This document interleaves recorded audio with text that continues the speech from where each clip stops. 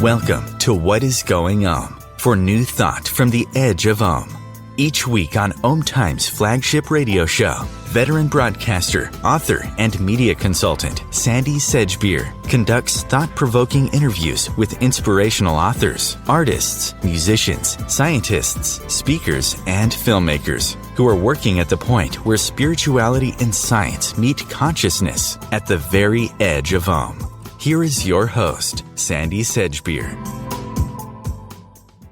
Hello and welcome.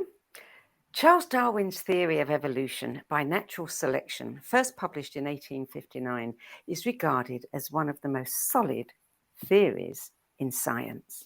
But what if Darwin's theory is wrong? Now, some politicians and religious leaders denounce Darwin's theory, invoking a higher being such as God as the designer of our complex world of living things and us. But what if they're wrong too? Erich von Daniken is arguably the most widely read and most copied non-fiction author in the world.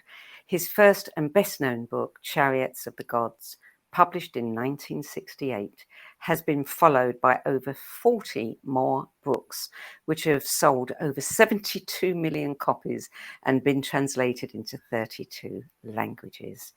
Erich von Daniken joins me now to discuss his latest book, Evolution is Wrong, a radical approach to the origin and transformation of life, which offers a fascinating exploration on why the Darwinist theory no longer explains everything.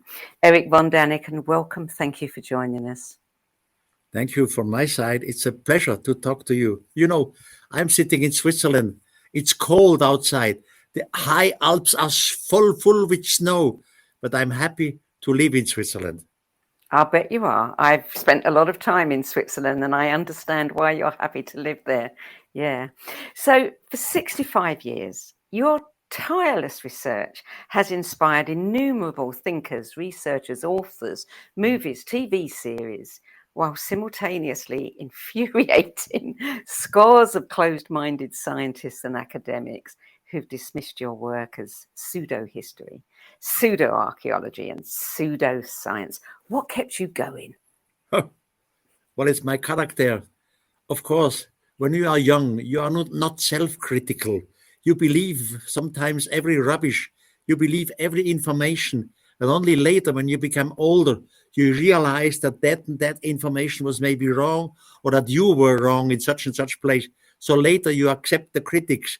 But in the beginning, you don't accept the critics. It all started because I was critic in my own religion. I was educated as a Christian Catholic in a boarding school. And of course, I am a deep believer in God. I was at that time, as a boy, a deep believer in God. But God, to my knowledge at that time, had to be all over. We say in Latin, omnipotent, all over. God did not need a vehicle in which to move from one point to the next one. God is all over. Now, being in this boarding school, we had to translate parts of the Bible from Latin to Greek and Greek to German. And I realized that the God in the Bible is not omnipotent. He uses a vehicle in which to move around. So I simply had doubts in my own religion education. And that was the beginning of everything. You must have very hard skin, though, Erich. You know, you've had such vicious criticism over the years. I mean, you know, you've really had to fight against that. Of course, it's my character. It's the way I am. I said before, you are young and you make mistakes. Later you learn that you made mistakes and then you correct the mistakes. So, but my character is to stand by. When somebody proves I was wrong and I had to accept I was wrong, then it's my character. Do it better. Do it better next time. Don't repeat these mistakes. Do it better. So simply the way I am, I don't give up. I am a follower. I follow. And I was always sure, not only in my brain, but also in my heart, that I was sitting on the right track. The gods were astronauts. So every book has been doing it again and doing it again and doing it again and doing it better every time. Exactly. Every book. Yeah. Sometimes there are a few repetitions for the readers who did not know the earlier books, but there are always additions. There's always more information coming on. because the books were sold worldwide, I receive a lot of letters. Practically every day, we receive by internet 200 letters every day. So the people from somewhere far away write me, Mr. von Daniken, why have you not mentioned the mystery near our village? I said, what mystery? What village? What do you live for? Can you send me photographs? Can you send me literature? What do your local archaeologists say about it? So, and slowly, more and more information comes together. And then I, of course, travel there. I do not write nothing which I have not seen and tested and smelled and talked to the scientists there. So it's my character. I am attacked. And I fully understand that the scientists who attack me, these scientists are not stupid personalities. They are all brilliant. Most of them are humorous, wonderful personality, but they are simply not interested in the subject. They said, the zeitgeist. Zeitgeist is the spirit of time. The zeitgeist said, extraterrestrials, they don't exist. Maybe molecular form somewhere in meteorite, but we never had contact with extraterrestrials. So they say, we don't lose our time with this topic or with UFOs, but they are very intelligent person. And every intelligent person who starts to follow the track, who follow the information, comes to the same explanation. We are not alone. We have been visited by beings from outer space some thousands of years ago. Yes, yeah. And the zeitgeist is changing. Very much so. But let's talk about your latest book, Evolution is Wrong, a radical approach to the origin and transformation of life. I have to say, this is one of the most eye-opening books I've read since Chariots of the Gods. And it contains countless examples of all kinds of characteristics that do not fit into the theory of evolution. So tell us a little bit about the arguments and the examples that you present in this book. Well, there are so many. First of all, I know.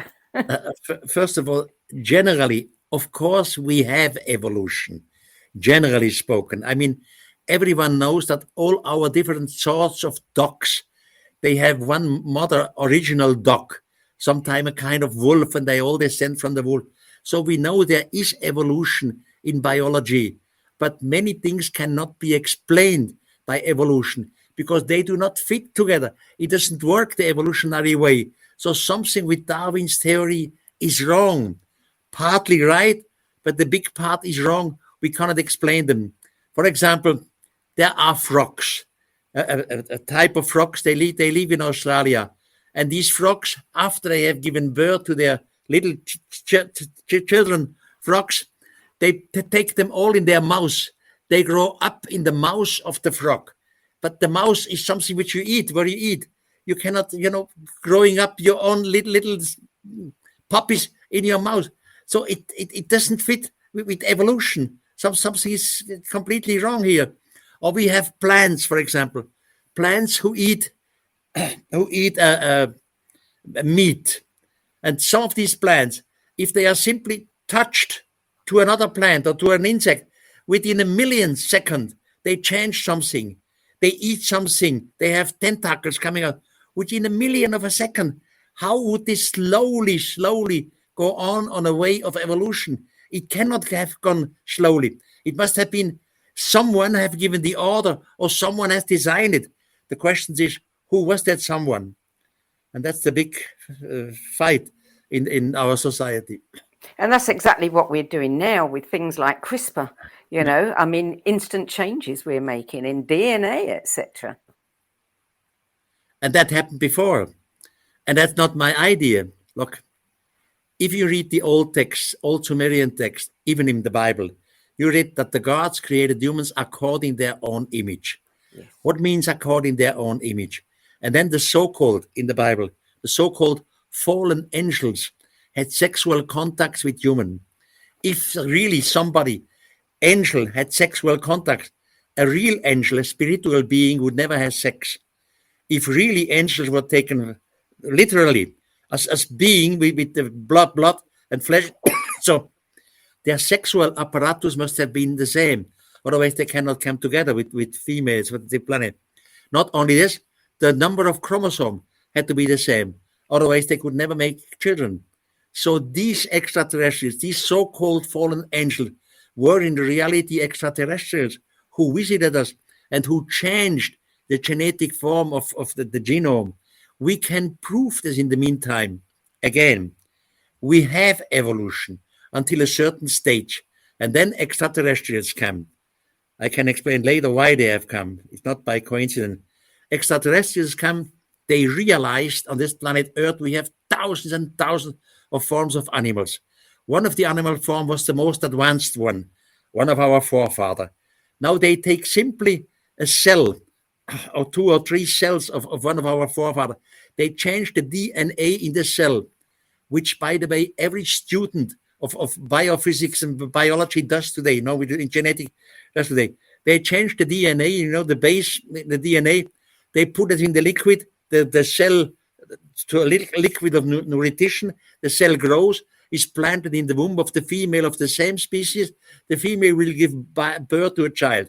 The child has, of course, all the influence from evolution. I mean, the body, the chest, the head, the eyes, it all comes from evolution. But the child has something in plus, which the rest of the family tree has not. The child has curiosity, intelligence. Look, on our planet, our forefathers, orangutans, chimpanzees, apes of all types, they still do exist. They are still in the forest, but none of them has become intelligent. Only we. Why? And we come out from the same family tree. They all should have become intelligent too, should have developed culture, but they have not. Why we? Because we were taken out of the family tree. Somebody changed our DNA according their own image.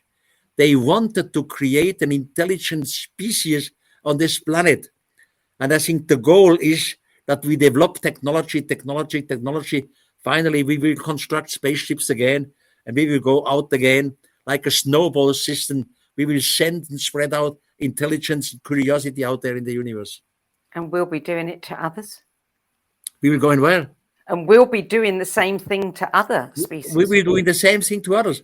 We will find other planet with primitive beings. We will do the same thing. We will help them. We will put our DNA in them. At some time, at some place, the universe started. We have no idea why it started and how and when. That's a place where we respectfully with religion say, this is what we call God, the beginning. But then slower, whenever an intelligent form has created, and it must have created an intelligent, because we are the proof of it, we are intelligent. In every form of intelligence, you have something in your brain you cannot change. This is called curiosity. Curiosity will bring each form of intelligence into space. Why? Imagine our scientists on our planet would know everything about the planet. We have made a hole through the planet. We found out every brain of every animal, the little and the big one. We know everything about human. Simply, we would know everything. What is next? We would look up there at night. We would see the little lights out there. And because we have curiosity, we are forced to ask, what is this? We will go out. Every form of intelligent life will sooner or later make space travel. They will find out, are we alone? If others exist, how do they look like? How have they solved their problem, etc.? The curiosity will force us to go out there. And that happened the same thing for the others. They were here because of curiosity. And it was not by coincidence. If we would be able to make space travel in big distances, where would we go, we humans?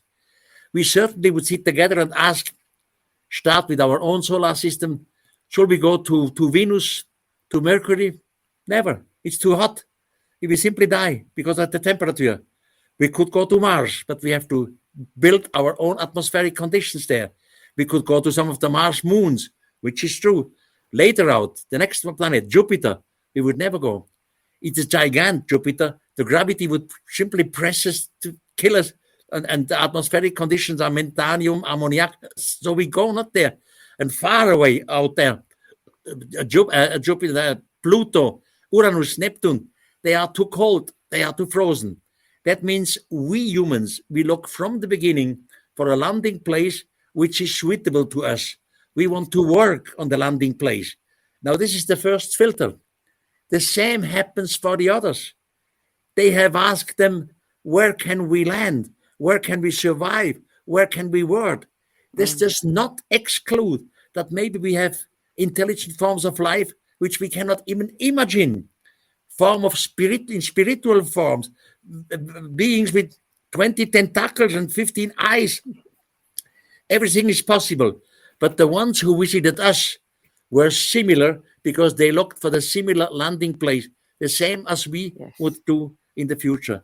It all has a certain logic in it. The final goal is spread out, make the universe intelligent, collect information as many as possible, and bring them back home. Home means the great spirit of the universe. Yeah.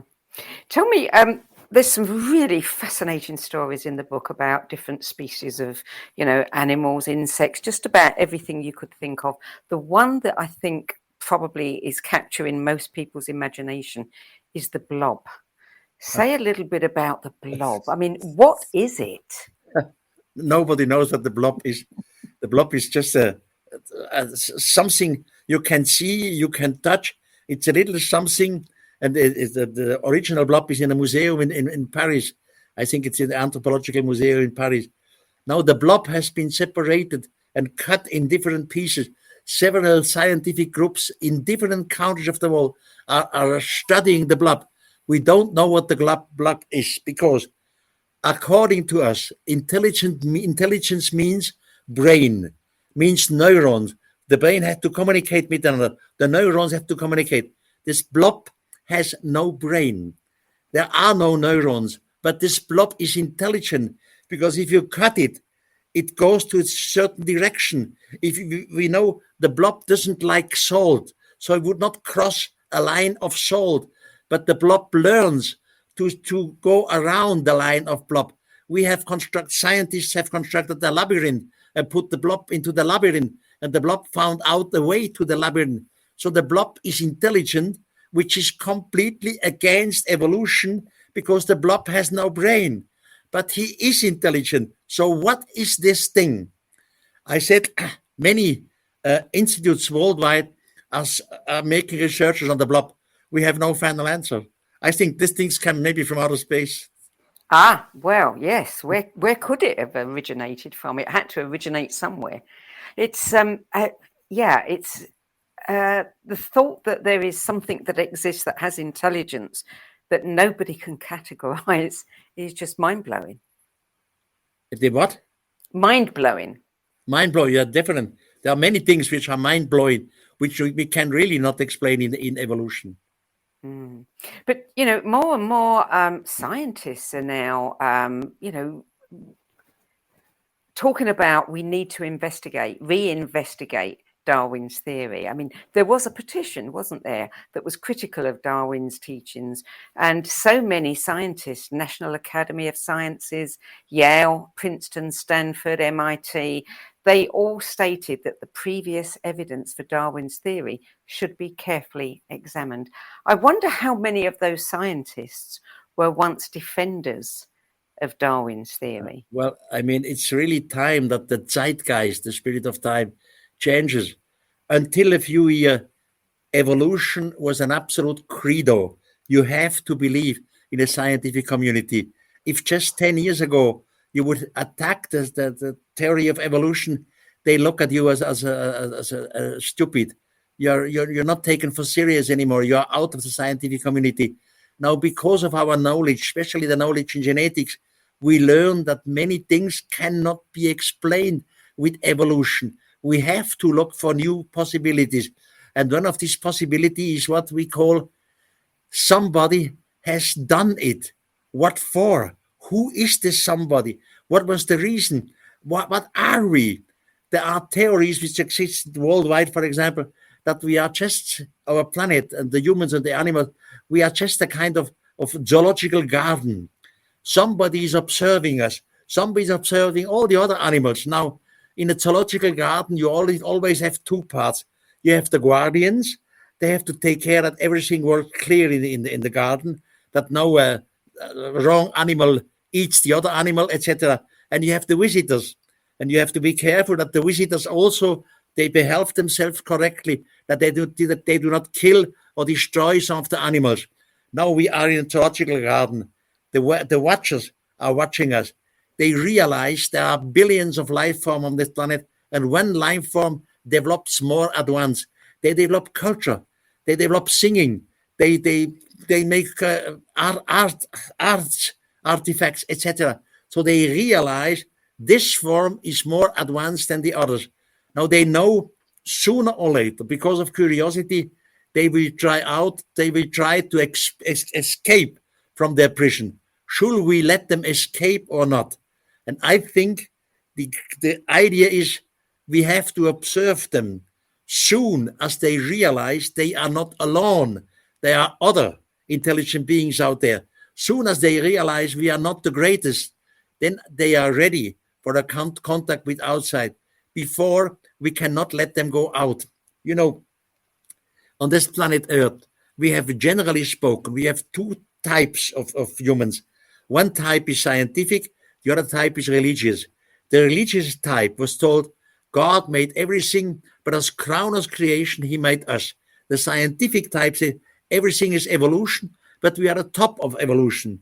Have you ever remarked that in both cases, religion, crown of evolution, science, top of crown of creation, top of evolution, in both cases, we look at ourselves as the greatest? We have a psychological problem. We don't want out extraterrestrials. We have to learn we are not alone. We have to learn we all. It doesn't matter of black or white or red or yellow. But we all are the intelligent species on this planet. We are one humanity. And it is our goal to go out, to make contacts with the other. But those who observe us, they only let us out if we realize that you are not alone. There are others. Have you ever had any contact? Yes, no, yes, no. I never saw a UFO. I never had a direct contact. But I had from time to time wonderful dreams. And these dreams, they seem to me as if they would be realistic. So I am in the dreams somewhere else, and I speak to extraterrestrials. I remember just a few years ago when in a dream, my daughter came into my room and said, Erich, you must go outside. There are extraterrestrials. And I said, this is ridiculous. There are no extraterrestrials. And she said, Erich, please come outside. There are many humans who assemble them. Someone to attack them. Come out there. And don't forget, it's all a dream I'm talking about. So I went out, and there were extraterrestrials with big, long heads. And the funny thing, I could speak them from the beginning. I knew their language. So only in the dream, obviously, I have contact. In reality, I never saw a UFO. In those dreams, do you get information that takes you on a different path, perhaps, or gives you some extra insight you didn't have before? Definitely, absolutely clear. I really can prove that. In my first book, Chariots of the Gods, I mentioned a Dead Sea Scrolls. It's called the Lamech Scroll. In that Lamech Scroll, Lamech is a shepherd, and he was away for quite some time. And when he comes back to his home tent, his wife, her name was Battenor, she had just given birth to a child. And Lamech, the father, says to his wife, to Battenor, this can't be my child because I was too long away, more than 9 months. So it is impossible. But Battenor swears that the seed, the insemination comes from him. She had no contact, sexual contact with no one. She even precises no soldier, no guardians, nobody had contact. But there is the child. So Lamech doesn't know what to go. He goes to his father. His father was Methuselah. And Methuselah asked him, what should I do? There is this child, but it can't be my child. Methuselah again goes to his own father, which was Enoch, the same Enoch of the Bible who wrote the book of Enoch. He was in contact with extraterrestrials. And Enoch says to Methuselah, go to your son Lamech, tell him the guardians of the sky have inseminated Battenor without a sexual contact. Now, you ask me if I have information from outside. I have written this story in my book, Chariots of the Gods. But only 1.5 years later, I learned from the Dead Sea Scrolls, and exactly the same story was in the Dead Sea Scrolls. I asked myself, where did you get this from? So somebody obviously used or misused my brain. Well, the German title of Chariots of the Gods translates as Memories of the Future. Now, that's a very interesting concept. What do you make of that? You see, nobody can have memories of the future. In the German, it says Erinnerungen an die Zukunft, Memories of the Future. When I came out with my first book, I was looking for a publisher. And finally, I found one. He said, Erich, this title is impossible. You cannot remember something of the future. I said, yes. I see it like a gigantic circle. Something happened, and it will happen again. It will return. It will come. The back will come to the future. Like history, it repeats itself. That was finally the title, Memories of the Future. And yes, and I know many people who have had all kinds of near-death experiences who have memories of the future. And you know, since we know more about genetics, as we said in the beginning, something in evolution is wrong. We can prove it on genetics that something is wrong. And we also have this story with these elongated heads. These elongated heads you find worldwide, not just in Egypt or just in Sumeria. You find them worldwide. Now we know from South America, for example, that the parents, they took their children, their babies, and pressed the brain together. The bones were soft, so the brain becomes longer and longer. But why have they done this torture to their own children? Because the child should look like one of the gods. And this is not speculation. When you see old Egyptian statues of the gods, Osiris, Isis, they have this long head. There are statues where Osiris and Isis have their just little babies on their arms. And all the babies from the beginning have already their long heads, that's elongated head. So it looks to me as if the extraterrestrials who were here, they had this long head. And we simply try to copy it because we want to be like them, or at least to look like them. What is the response that you're getting from the scientists and the academics to this particular book? In the beginning, I was just crashed down. Everybody said, this is nonsense, this is garbage, this is whatever, and so. Now, in the meantime, I have become an old man. I'm in 2 months, I'm 88 years old. I'm happy the gods protect me. My brain functions perfectly. And slowly, I get more and more recognitions from the academic community.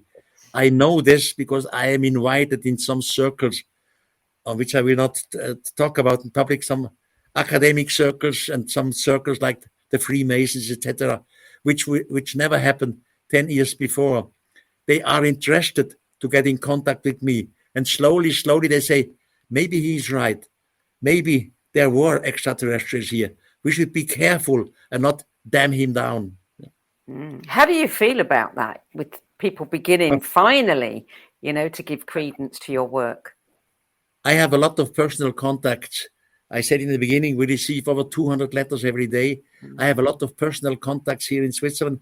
Some old scientists, which are retired in the meantime, we talk together for hours, and some of them admit we were wrong, especially the ones who made biblical translations. In the meantime, we see that these biblical translations in the past were made from a religious point of view, from a psychological point of view. In the meantime, we see when we have in the Bible a phrase like glory of God, the glory of God. It was not the glory. It was something real, something existing. When we read in the Bible that the God descended with smoke and fire and loud noise and trembling, it was not spiritual. It was not an apparition like in the prophet Ezekiel. It was real. So especially the biblical scholars with new translation, they are very, very good support. I just yesterday had one here, Mr. Mauro Bilinio. He's a biblical scholar here. He worked for 34 years at the Vatican Library. He knows old Sumerian languages and old Hebrew. And we were talking together. I said, Erich, our translations were wrong. The zeitgeist, the spirit of time has changed. Today we see it with new and fresh eyes. It's time we retranslate these old texts. And I think and I hope within the next 2 years, slowly, the spirit of time will change. Well, what happens to religion then? Religion will continue. I mean, we will lose the belief in, for example, religious figures like Jesus Christ or the great prophet, but we will never lose God. In the beginning, the universe was created and we have no idea, neither science nor religion. We have no idea what started this universe. Religion says it was God. Okay, but what created God? Where did God come from? Science says it was a Big Bang. Another theory, what started the Big Bang? It doesn't matter. Even those scientists who say the universe is like a circle. It has no beginning, it has no end. It existed only. It's not the answer. Every circle, and even if a circle for eternity, had to have a starting point at someone. So we have no idea how this universe started, who did it, why, etc. And there, in every respect, with every religion, we say God. So you will never lose the believing in God. You may lose the believing in your religion, which is not so important, but you always keep in deep respect the believing in God. By the way, I'm an old man, but I pray every day to what I call the grand spirit of the universe. Do you think that we're going to see disclosure anytime soon? Yes, the situation changes. I mean, we know that some part of the U.S. Navy has given now some of these files free of UFOs, and others.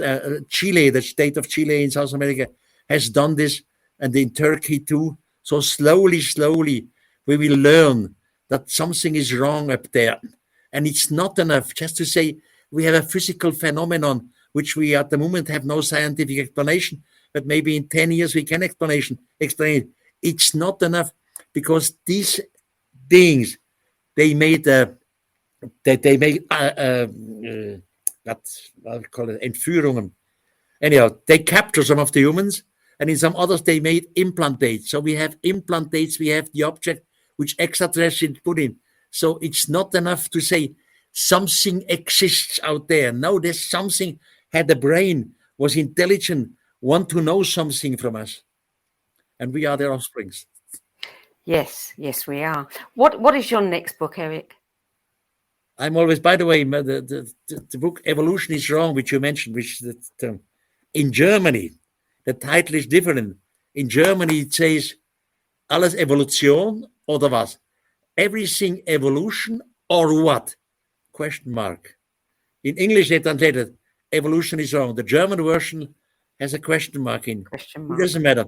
You ask for my next book, I always receive more information, especially what I said before concerning old translations of the Bible and other Sumerian texts. It will be all about this, but so God will, I need my brain for the next 2 years. Wow. Yes, I know that you're good friends with Paul Wallis, and Paul is going to join us after the break and give his take on this particular book, Evolution is Wrong. But yes, I just want to say thank you. Thank you for publishing Chariots of the Gods. Thank you for opening so many people's minds. And thank you for joining us today. And give my regard to Paul Wallis. He's a brilliant researcher and a brilliant man, a wonderful personality. Indeed. Erich von Daniken, thank you. We know Erich's time is limited, but the show will go on. And Paul Wallis is going to join us after this break, so stay tuned. OMTimes TV. Imagine becoming a super influencer. Reinvent yourself, invest in your brand, and then manifest your success with a robust spheric approach. OMTimes Media and Broadcasting offers a unique and multifaceted way to become the spiritual and conscious influencer you deserve to be by putting your message across our powerful platform with its proven record of integrity and excellence. Through our produced shows, OMTimes offers the opportunity to become a social media TV personality, a radio show host, an OMTimes magazine columnist, and a syndicated podcaster, all in one shot. By live streaming your show on OMTimes TV and broadcasting it across the extensive OMTimes radio and TV networks, you become more than a host. You become an ambassador and a force for positive change. OMTimes. Open yourself to the possibilities.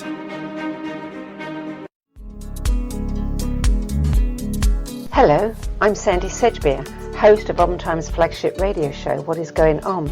And as an author, editor and 13 times book judge who's read thousands of books and interviewed hundreds of authors, I'm constantly asked what's really worth reading and what's not. So I created the No BS Spiritual Book Club to help you save time and money by picking the brains of discerning names who've walked this path before you. There's no catch, no fees and no BS. Just an ever-growing library of 10 best spiritual book lists from some of your favourite authors and teachers, plus free book excerpts, audios and video interviews with people like Don Miguel Ruiz Jr., David G., Lee Harris, Mark Nepo and more. From well-known classics to hidden gems you've never heard of, it's the only no BS guide to the best spiritual books to enlighten your journey of self-discovery. So why not join the club? Get inspired and save money at the nobsspiritualbookclub.com. There are 16 million children struggling with hunger in America. That's 1 in 5 daughters, sons, neighbors, and classmates who don't know where their next meal is coming from. Yet billions of pounds of good food go to waste every year. It's time we do something about it. Feeding America is a nationwide network of food banks that helps provide meals to millions of kids and families in need. Visit feedingamerica.org to help them feed even more. Together, we can solve hunger. Together, we're feeding America. Welcome back. With me now to expand on Erich von Daniken's research on evolution and the evidence of paleocontact is former church minister and researcher Paul Anthony Wallis, whose interviews, documentaries and books on spirituality, mysticism and the mysteries of human origins are watched and read by millions of people worldwide. Paul, thanks for joining us. G'day, Sandie. Thank you so much for having me on today. So now I know that your first introduction to Erich occurred when you were 11, and now you're not only friends, but he's also endorsed your Eden Trilogy series of books. What impressed you so much about Chariots of the God back then? Well, it was great timing for me discovering that book because I was already an enthusiastic skeptic as I listened to the explanations of Christianity on the one hand and science on the other for explaining our presence on planet Earth. We are an anomalous species on this planet. We're somewhat ill-adapted to it. The only way we thrive on it is because of our higher consciousness and intelligence. And even as a young kid, from the age of 5 to 6 years old, I was aware of this and felt there was this gap in our ability to explain ourselves. So when I discovered Chariots of the Gods nestling among the magazines on my mum and dad's coffee table, I read that and felt that Erich had put his finger on that. He had sort of spoken a taboo. And I felt that the leitmotif of that work was absolutely correct. This is bringing all my intellectual abilities as an 11-year-old to it. But I felt, well, he's saying something I'm not hearing anybody else say, that we can make better sense of our story as a species if we allow for the possibility of an intelligent external intervention. And it was that I really grasped onto.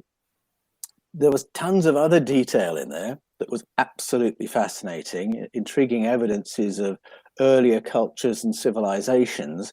But it really was the story of our evolution as a species that gripped me, which is why I'm so interested in his latest book, Evolution is Wrong. Now, you told me that you can affirm what he says in that book about our planetary conditions attracting similar forms. Well, that's exactly right. My start point was thinking that we, as Homo sapiens, are an anomaly on planet Earth. But in fact, life on Earth is a strange anomaly too, because once we got into the 1960s and we had the work of Francis Crick, the co-discoverer of the double helix structure of DNA, he looked at the complexity of that and said that the time frame for planet Earth is not long enough for the genetic code for life on Earth, as we know it, to have formed by a random process. The timeline of the planet forces the origins of life on Earth off planet. And so he was an enthusiast for the theory we call panspermia.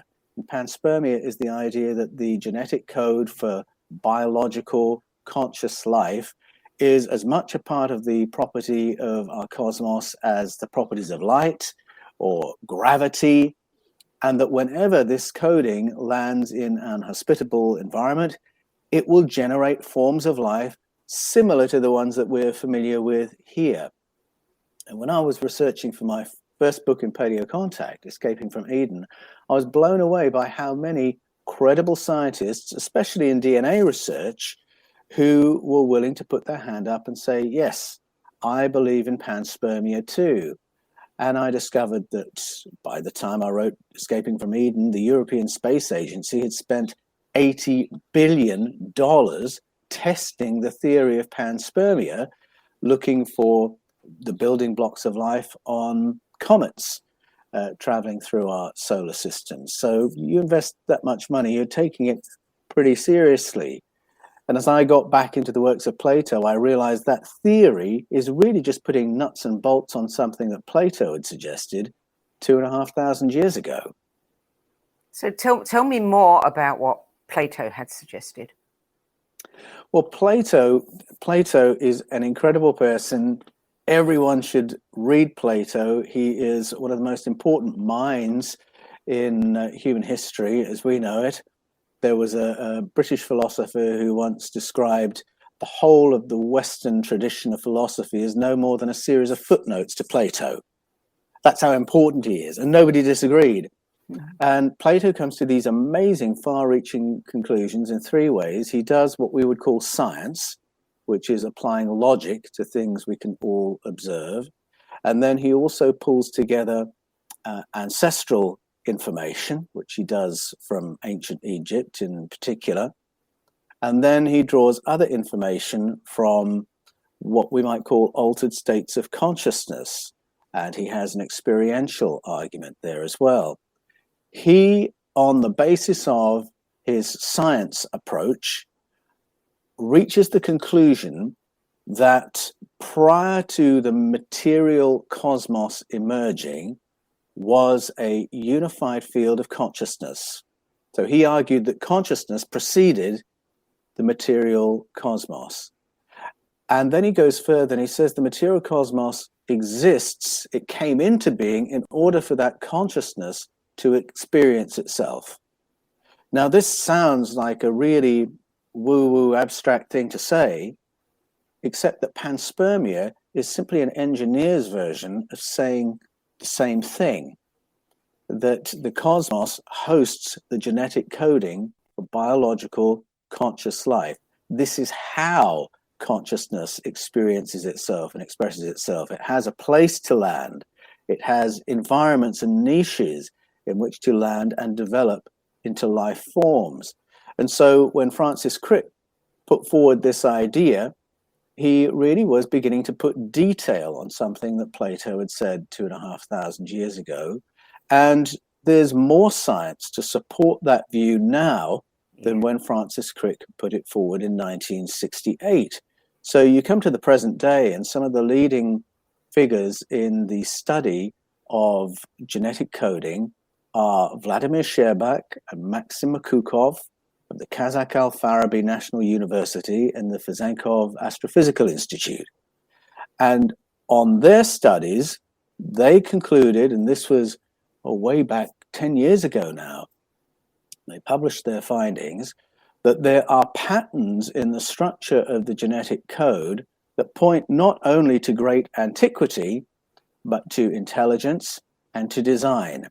Now, of course, all those who are into intelligent design or Christian creationists jumped upon this and said, oh, look, they're proving our theory. But those two scientists were very careful to take a step back and say, no, we're not. all we're saying is it wasn't random. There's elements of intelligence and design that pushes the story of life in our cosmos further back to a previous source, but it doesn't get us back to a 0 point. What it tells us is that the genetic coding has patterns embedded within it that have a 1 in 10 trillion chance of being random. And so this is, in effect, the Paley's watch argument on steroids, but they've got the science to back it up and say, no, this is not random. The fact that there is coherent life emerging on our planet, and very probably all through our quadrant of the cosmos, is by design. Absolutely. And you agree with Erich that seeing ourselves in a populated universe as a mid-ranking species does give us a psychological problem. What is that problem? Well, it was a psychological problem for me personally, because for many years I traveled through the world with an essentially orthodox Christian worldview, in which we can explain ourselves to a degree by saying that we are God's special creation. And that sense of a special connection with God, the source of the cosmos, was part of where I got my sense of confidence to go through life with, and to take risks and to be adventurous, because I believed we had God's attention, we were his special children. So to go from that to a universe in which we are just one species among, who knows, maybe millions of similar species, some of whom may be more advanced than we are, is a bit of an adjustment. But as I drill down into the world's ancestral narratives, I realized that our elders' explanations of human origins have us not only as a mid-ranking species, but as a species that's been altered and genetically modified and tweaked by other species. So suddenly this sounds more like the story of Dolly the sheep, or the production of the German Shepherd dog. And suddenly that's a very lowering way in which to see ourselves. And my initial reaction was, why on earth would God allow that? And I realized once I'd answered that question that I hadn't really come to terms with the idea of a populated cosmos. I mean, he'd allowed Dolly the sheep, he'd allowed the German Shepherd dog. Why on earth wouldn't he allow us to be modified? And I had to go back to my earlier questions as a 5 or 6 year old to say, no, this is about explaining where we came from. And then I have to come to terms with the implications. But it was a big adjustment. And I must say, in my coaching from week to week, I find a lot of people struggling with this question. How do I get my sense of significance and safety in the world if that really is our story? Well, the other part that people have to shift their perceptions about is, these advanced beings that may have been, manipulating our DNA, etc., are also God's children, God, the sparks of God that everybody thinks that they are, or we as a, population on Earth, we think we're the only ones that are the sparks of God, but they are too. That's exactly right. And I remember in 2009, when the Roman Catholic Church was addressing this topic, the implications of contact with other species, they said we should be ready to embrace any neighbors we encounter as brother or sister aliens. That was the language they used. And I think you're right. We have to see all life in the cosmos as emanations of the source. It is one big cosmic family, not to make it all sound, super light and sweet, because there's conflict that's in the story. There's suffering and trauma in the timeline of Homo sapiens, but ultimately we are all related, and all life is an expression of that genetic coding, an expression of the source. Yeah. So you read Erich's latest book, and you've seen the first segment of this show. What do you think? What do you think of where he's heading? Yeah, I love that he's written this book. I really enjoyed it. because it appealed to me personally, and the sort of origins of my own quest for information and understanding. I remember way back, I am old enough to remember when David Attenborough announced his new series, Life on Earth. And I was very excited to see the trailer for this series because, and I should preface this by saying, I think David Attenborough is a saint. I absolutely love his work. I think he's an incredibly important person. The sense of awe and wonder that he's brought to us as a species on planet Earth is a wonderful, precious gift. Mm-hmm. But Life on Earth disappointed me in one respect, because the trailer said he was going to explain how we have very complex systems of multiple species who all depend on one another in order to exist. And he was going to explain how the system formed, which creature came first, the predator, the prey, the parasite, the virus, and explain how these systems form that would seem absolutely counterintuitive. And that was the one thing his series did not explain, and really left me with all those questions. And so what I like about Erich's new book, Evolution is Wrong, is that he simply states that question chapter after chapter after chapter, showing us the complexity of these interspecies systems, and then even systems within animals themselves. And he shows that the mechanism of Darwinian evolution is inadequate to explain life on Earth. And if I can make a provocative statement, there is no other model for evolution. We have not replaced Darwin's explanation of a mechanism by which evolution would work. He argued that you get modifications happening, and he said it was random, that become reinforced by the law of the survival of the fittest. So you get a modification that gives you a survival advantage. You're going to produce more young. So over generations, over millions of years, that is the expression of the species that will dominate. Well, that's great for microevolution, but to explain the fossil record goes nowhere near far enough, because what we see in the fossil record is leaps from one species to another, where whole systems have appeared in the new creature that could not have appeared in stages. So he gives various examples. One of my favorites is the bombardier beetle, which has a built-in flamethrower. That gives it its survival advantage. But you cannot get to the flamethrower without three elements coming together.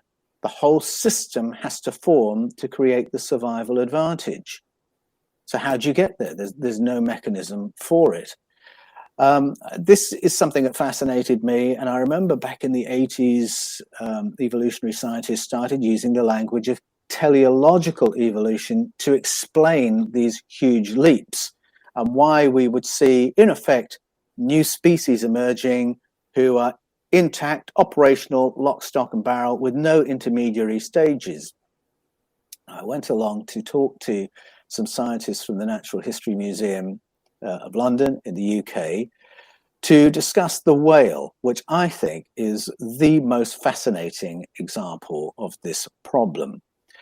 And so I got into conversation and I said, the current consensus is that it was an ungulate, something like a cow, or as Erich von Daniken argues in his book, a hippo that became modified into the whale, that it was a land-dwelling mammal before it was a whale, that it had four limbs before it was a whale.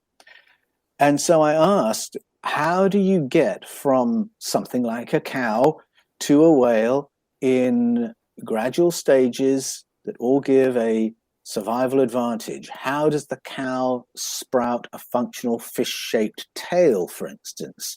Because surely that has to happen all in one go for it to give an advantage. Well, to my amazement, the experts from the Natural History Museum turned around and said, no, it's far more complicated than that.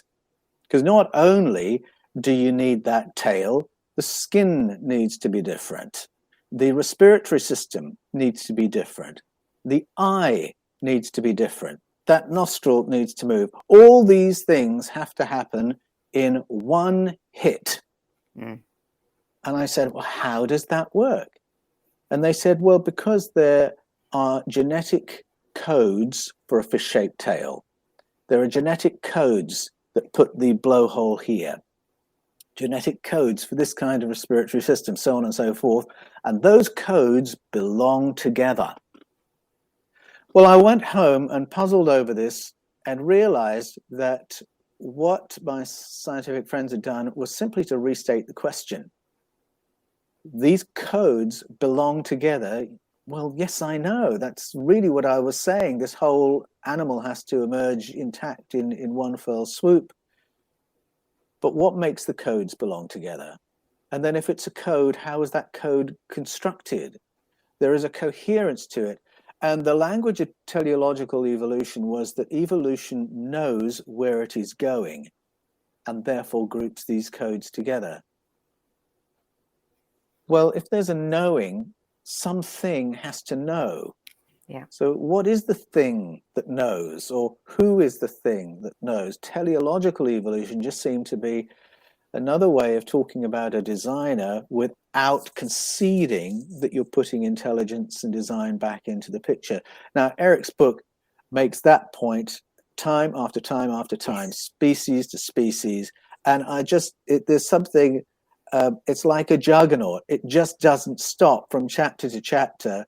And I think it's very hard to read that book and not come away saying, yeah, there are heaps of questions that have not been answered. Yes, the model is fundamentally flawed and nothing has been put in its place to explain it to us. With all the advancement in our understanding of DNA and genetic coding, we really are still at the beginning of working out not only where humans came from, but where all life on Earth came from and how it turned out in this incredibly precise and coherent and functional way. You know, you and I have been talking for what, nigh on 2 years now, possibly. Have you noticed, and in that time you brought out several books, and there's so much information, you know, that we've got through quantum science, the physicists are sharing, etc. Have you noticed any change in the behavior towards you of your former religious colleagues? This argument is widening. I receive a spectrum of responses from my colleagues in the world of ministry and from people who engage with me from the world of faith, from faith communities. I have friends who've shared the journey with me, and even if they're not aligning with all my conclusions, understand how I'm getting there, understand the importance of what we're talking about, the importance to our self-understanding as a species, understanding of the cosmos, understanding of God. And I'm so grateful for those friends because they are a small percentage. The majority of my colleagues in ministry are very, very quiet on this topic. They understand how I've got here because there is a central controversy in Christianity, which is to do with the relationship of our thoughts about God as Christians, and then all the information that's in the Hebrew scriptures, which I argue points to what we're talking about right now. It's a bit of a taboo. It's not really addressed in our training, and it's not addressed in church life. So there's this slightly embarrassed silence that probably takes in the majority of my colleagues, not wanting to be disrespectful. And then I have others for whom this is blasphemy. This is impossible. This is a contradiction of the fundamental idea of God as all-wise, almighty creator. And so I get a lot of anger projected on me and threats of eternal condemnation by the Almighty for raising these interesting topics. And to my surprise, I find when I get those kind of communications, some you just have to shrug them off and ignore them. But a lot of the time when I engage and I say, thank you so much for your message, the reason I think what I'm saying is this is the logic behind my view. 90% of the time, within a couple of exchanges, and this is, in the Twitterverse, this is very terse communication, and yet within a couple of exchanges, we're actually on the same page, having a respectful conversation and acknowledging the things we don't know and the things that fascinate us. And I find that very encouraging, because I do think that people are fundamentally curious creatures. I think that's the thing that raises us above our neighbors on planet Earth, the level of our curiosity. It is the engine behind all our technological advances. And I love sparking that. And people can give the impression that they don't have it when they come back very dogmatic. But it only takes a little bit of scratching beneath the surface to find, no, they're just as curious as I am, given the permission. Yeah, the permission. Right there, you've hit the nail on the head. It is fascinating that, daily now we're seeing news reports of things that science says are impossible. The discoveries of galaxies that shouldn't exist by all the known laws. I mean, we've got so much evidence that we know nothing. I quite agree. I think, is this a good moment to mention the blob? Oh, yeah, I love the blob. This is one of my favorite moments in Erich's book, where he describes this form of algae which demonstrates intelligence and behavior that looks more like the behavior of an animal than of a plant, or what we would expect of algae. And it raises the question of, where is the blob, because that's what it's called, where is the blob's intelligence? It doesn't have a brain, as we understand brains. It's even more intriguing than the octopus, which doesn't have a brain as we have brains. And you look at the behavior and you have to ask, where is the mind? Now, we're already asking that question for all sorts of good reasons.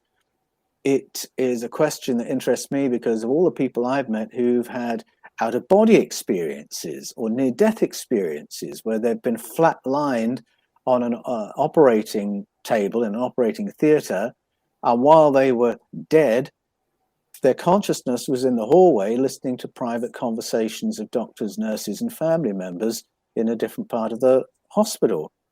So when people have those experiences, it raises the question, what was hosting their consciousness at that point? They are seeing something, but not through their eyeballs.